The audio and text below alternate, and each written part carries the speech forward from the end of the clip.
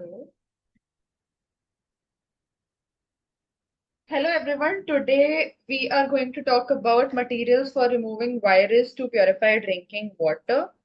And this is a part of our course project for CL409 Material Science.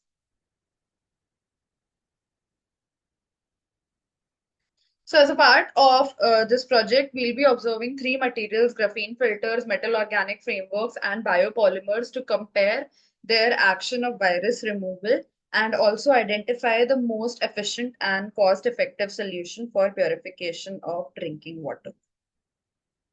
So we begin by looking at graphene filters. So we can see that there are some useful properties which help us a lot, such as electrochemical properties, which is quite unique to graphene filters. We look at a particular variation of it called laser-induced graphene filters, which have enhanced electrical conductivity. Besides that, we have the usual properties of nanoscale pores and large surface areas that help with this. Now, how does this work? So this is a mechanism of virus inactivation.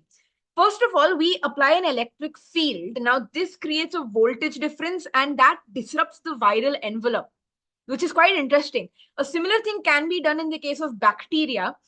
And this is where there's an advantage with graphene filters because this is pretty much as good for removal of bacteria as for viruses, except they require higher voltages, which is doable.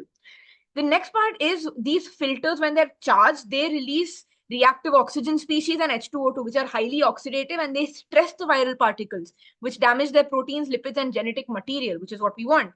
And then there's also indirect and direct oxidation, where this oxidation mentioned in point two occurs either on the surface of the filters or within the solution itself. Both are possible. And also, when we talk about the physical properties, there are sharp edges and the mechanical strength of the filter itself. They disrupt the particles when it agitates against it. As I mentioned, when we compare to bacteria removal, all we need is a higher voltage for the viral inactivation to occur. So that's a huge advantage. And in the experiments that were conducted in this particular paper, as we can see, as the voltage increases, the amount of H2O2 concentration increases, which disrupts the viruses more. And we had a 92% virus removal with full destruction at just 20 volts, which is achievable.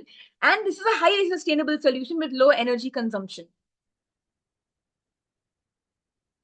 So now we look at metal organic frameworks, starting with what exactly is metal organic frameworks. So metal organic frameworks are porous polymers which consist of metal clusters which are coordinated to organic ligands to form 1D, 2D or 3D structures. We can basically think of it as an extended porous structure which has metal ions as well as organic linkers. So now here we are focusing on the removal of a particular kind of virus, which is called MS2. Now, some properties of this virus is that it possesses a small size, which is some 23 to 28 nanometers. It has negative surface charge and it is resistant to conventional disinfection methods, which makes its removal from water difficult. Now, here for the removal of this particular virus, we are using an MOF called HKUST. It is also known as MOF 199 or CUBTC. And the property of this MOF, which helps in the removal of this particular virus, is that this MOF has a small size, and the small size helps it to get incorporated easily in the membrane structure. Also, this MOF releases copper ions, which it releases copper ions, and also it has a chelating action, which eases the ability to damage the membranes of the virus. And also, when this is put as a hybrid with carbon nanotubes, it produces a synergistic effect, which enhances the viral killing action. Now, going on to the mechanism of how this MOF helps in killing of the viruses. So, when we combine this MOF with carbon nanotubes, then that eases the process of the release of copper ions. Now, these ions are positive in charge and our virus has a negative surface charge. So, there is electrostatic attraction between the two, and these copper ions go and disrupt the viral structure. Now, some experiments were conducted, and in these experiments, we compared the viral killing action of carbon nanotubes, individual HKUST MOF, and also a hybrid of two. for 5%, 8%, and 12% loading. And then we obtained plots of the phase count as a function of time for these different loadings and these three substances. And we found out that the best results are obtained for 12% loading of the hybrid of carbon nanotubes and HKUSD MOF. It shows a 99.6% phase deactivation at 12% loading when compared to individual carbon nanotube immobilized and MOF immobilized membranes. Now, moving on to biopolymers. Now, this is a sustainable solution. The challenge for this is the viruses such as SARS-CoV-2 are extremely small, between 20 to 300 nanometers in size. Now, this tiny size enables them to easily bypass the standard filtration methods, which are often not designed to catch particles of this scale. The solution for this is modified biopolymers like chitosan, which we could see on the left side, can be used. These fibers have a high surface area and are capable of capturing small particles.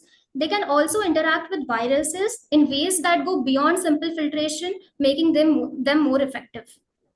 Now, the biopolymer mechanism is when biopolymers such as chitosan are combined with silver ions, they gain antiviral properties. Now, this combination can disrupt the viral membrane, denature essential viral proteins, and damage the viral RNA, which leads to effective virus inactivation.